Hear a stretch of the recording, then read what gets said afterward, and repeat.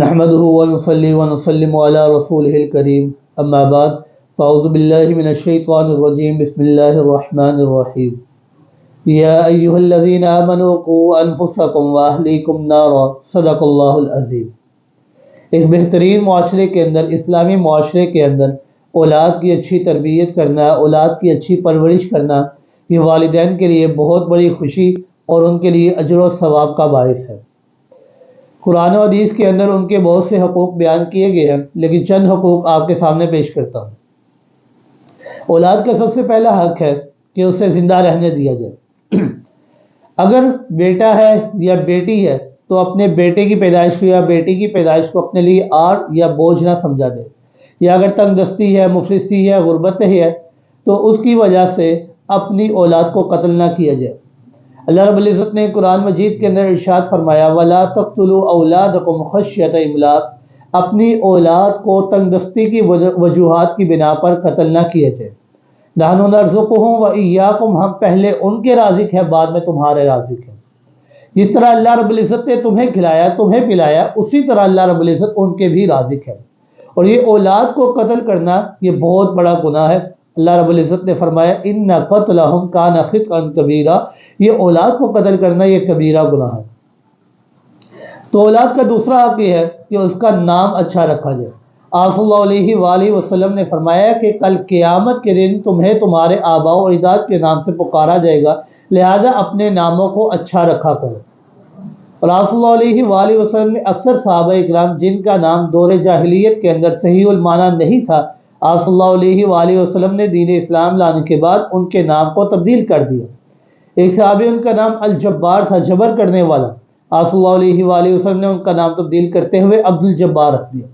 ایک صحابی کا نام عبد الکعبہ تھا، آپ صلی اللہ علیہ وآلہ وسلم نے ان کا نام کو تبدیل کرتے ہوئے عبداللہ رکھ دیا۔ لہذا ان اولاد کا دوسرا حق یہ ہے کہ ان کا نام اچھا رکھا جائے۔ اولاد کا تیسرا حق یہ ہے کہ 7ویں دن ان کا عقیقہ کرایا جائے، کیونکہ عقیقہ کرنا یہ ایک سنت ہے۔ اور اگر بیٹے کی پیدائش ہے تو اس کے صدقے میں اللہ رب العزت صلی اللہ علیہ وآلہ وسلم نے فرمایا کہ 2 بکرے دیے جائے، اور اگر بیٹی ہے تو اس کے صدقے میں 1 بکری دی جائے اور 7ویں دن ان کے بال کتروائے جائے۔ یہ عقیقے کی بنا پر جہاں پر ایک طرف خوشی کا اظہار ہوتا ہے، وہاں پر اس عقیقے کی بدولت اللہ رب العزت انسان کے اولاد کے اوپر سے بہت سی آفتیں، بہت سی مصیبتوں کو دور کر دیا کرتے ہیں۔ اولاد کا چوتھا حق یہ ہے کہ اپنی اولاد کے درمیان مساوی اور برابری کا سلوک کیا جائے، یعنی جو سلوک ایک اولاد کے ساتھ کیا جائے وہی سلوک دوسری کے ساتھ بھی کیا جائے، اور اگر بیٹا ہے تو بیٹے کے ساتھ جو سلوک کیا جائے وہی سلوک بیٹی کے ساتھ بھی کیا جائے۔ آپ صلی اللہ علیہ وآلہ وسلم نے فرمایا اتقوا اللہ واعتدلوا بین اولادکم، اللہ سے ڈرتے رہو اور اپنی اولاد کے درمیان اعتدال رکھو، یعنی مساوی رکھو، ان کے درمیان برابر کا سلوک رکھو۔ آپ صلی اللہ علیہ وآلہ وسلم کے پاس ایک صحابی آئے، آ کر ذکر کرنے لگے اے اللہ کے رسول صلی اللہ علیہ وآلہ وسلم، میں نے اپنے ایک بیٹے کو ایک غلام عطیہ کیا ہے، غلام تحفے میں دیا ہے۔ آپ صلی اللہ علیہ وآلہ وسلم نے سوال فرمایا کہ تمہارا ایک ہی بیٹا ہے؟ انہوں نے عرض کیا نہیں یا رسول اللہ میرے 2 بیٹے ہیں۔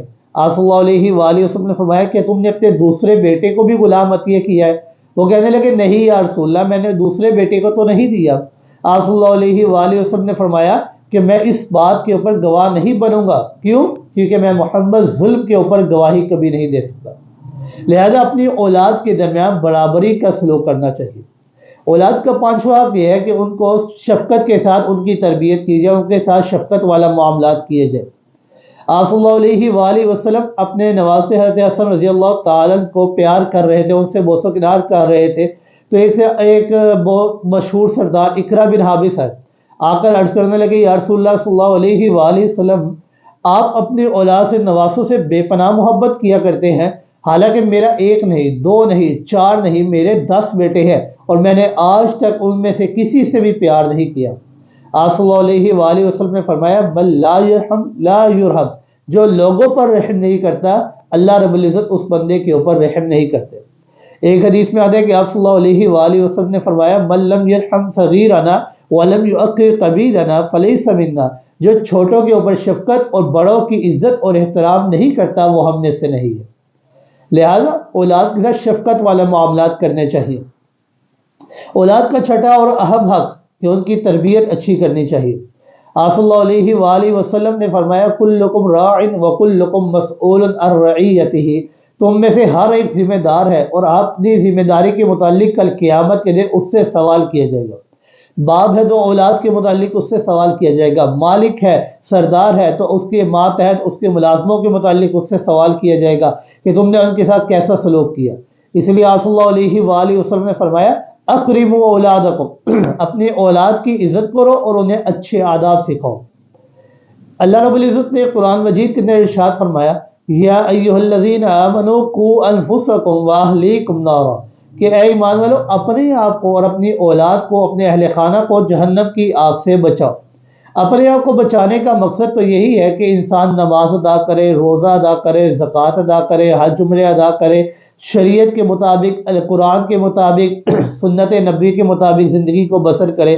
اپنی اولاد کو جہنم کی آگ سے بچانے کا مطلب یہ ہے کہ حضرت عبداللہ ابن عباس رضی اللہ تعالیٰ اس آیت کی تشریح کرتے ہوئے فرماتے ہیں کہ اپنی اولاد کو جہنم سے آگ سے بچانے کا طریقہ یہ ہے کہ باعث سبب یہ ہے کہ انہیں دین کی سمجھ دی جائے، دین کے جو بنیادی مسائل ہیں انہیں ضرور سکھایا جائے۔ اور آپ صلی اللہ علیہ وآلہ وسلم نے فرمایا من یرید اللہ بہ خیر یفقہہ فی الدین، کہ جس کے ساتھ اللہ بھلائی کا ارادہ کرتے ہیں، بھلائی سے مراد دنیا کی تمام تر کامیابیاں، بھلائی سے مراد آخرت کی تمام تر کامیابیاں، جس کے ساتھ اللہ رب العزت دنیا اور آخرت کی بھلائی کا ارادہ کر لیتے ہیں، یفقہہ فی الدین، ایسے بندے کو اللہ رب العزت دین کی سمجھ عطا فرما دیتے ہیں۔ یہ ضروری نہیں کہ انہیں مدارس کے اندر داخل کروا دیا جائے، 24 گھنٹے وہاں پر پڑھتے رہے، ساری زندگی وہاں پر رہے، بلکہ دین کے جو بنیادی مسائل ہیں وہ کم سے کم ان کو سکھانے چاہیے، انہیں دین کی فقاہت، دین کی سمجھ دینی چاہیے۔ اور جب انسان ان کے ساتھ اچھا سلوک کرے گا، ان کی اچھی تربیت کرے گا، انہیں اچھے آداب سکھائے گا، تو آپ صلی اللہ علیہ وآلہ وسلم نے فرمایا کہ یہ اولاد تمہارے لیے وہ اولاد بن جائے گی کہ آپ صلی اللہ علیہ وآلہ وسلم فرماتے ہیں اذا مات الانسان انقطع عنہ عملہ الا من ثلاث، کہ جب انسان اس دنیا سے چلا جاتا ہے تو اس کے تمام تر اعمال اس سے ختم ہو جاتے ہیں، عمل اس سے ختم ہو جاتے ہیں، مگر ہاں 3 چیزیں ایسی ہیں کہ مرنے کے بعد بھی انسان کو ان کا ثواب ملتا رہتا ہے۔ وہ ان میں سے ایک چیز صدقہ جاریہ ہے کہ انسان نے کوئی مسجد بنا لی یا کوئی گھر بنا لیا کہ فری لوگ آ کر رہے، جب انسان صدقہ جاریہ کر دیتا ہے تو مرنے کے بعد بھی انسان کو ثواب ملتا رہتا ہے۔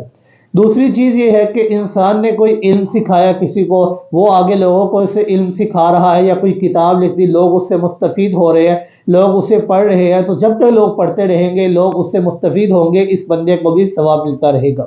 اور تیسری چیز آپ صلی اللہ علیہ وآلہ وسلم نے فرمایا ولد صالح، ایک نیک اولاد، کہ جب انسان اس دنیا سے چلا جاتا ہے اور اپنے پیچھے ایک نیک اولاد چھوڑ جاتا ہے تو وہ نیک اولاد مرنے کے بعد بھی اپنے والدین کے لیے استغفار کرتی رہتی ہے، ان کے لیے ہمہ وقت دعائیں کرتی رہتی ہے، رب ارحمہما کما ربیانی صغیرا، اے اللہ میرے والدین کے اوپر اپنی رحمتوں کا نزول فرمانا، جس طرح انہوں نے کمال شفقت اور محبت سے مجھے بچپن میں پالا ہے، اے اللہ تو ان کے اوپر اپنی رحمتوں کا نزول فرماتے رہنا۔ لہذا اولاد کے حقوق کا خیال رکھنا چاہیے۔ اللہ رب العزت سے دعا ہے کہ اللہ رب العزت عمل کرنے کی توفیق عطا فرمائے۔ وما علینا الا البلاغ المبین۔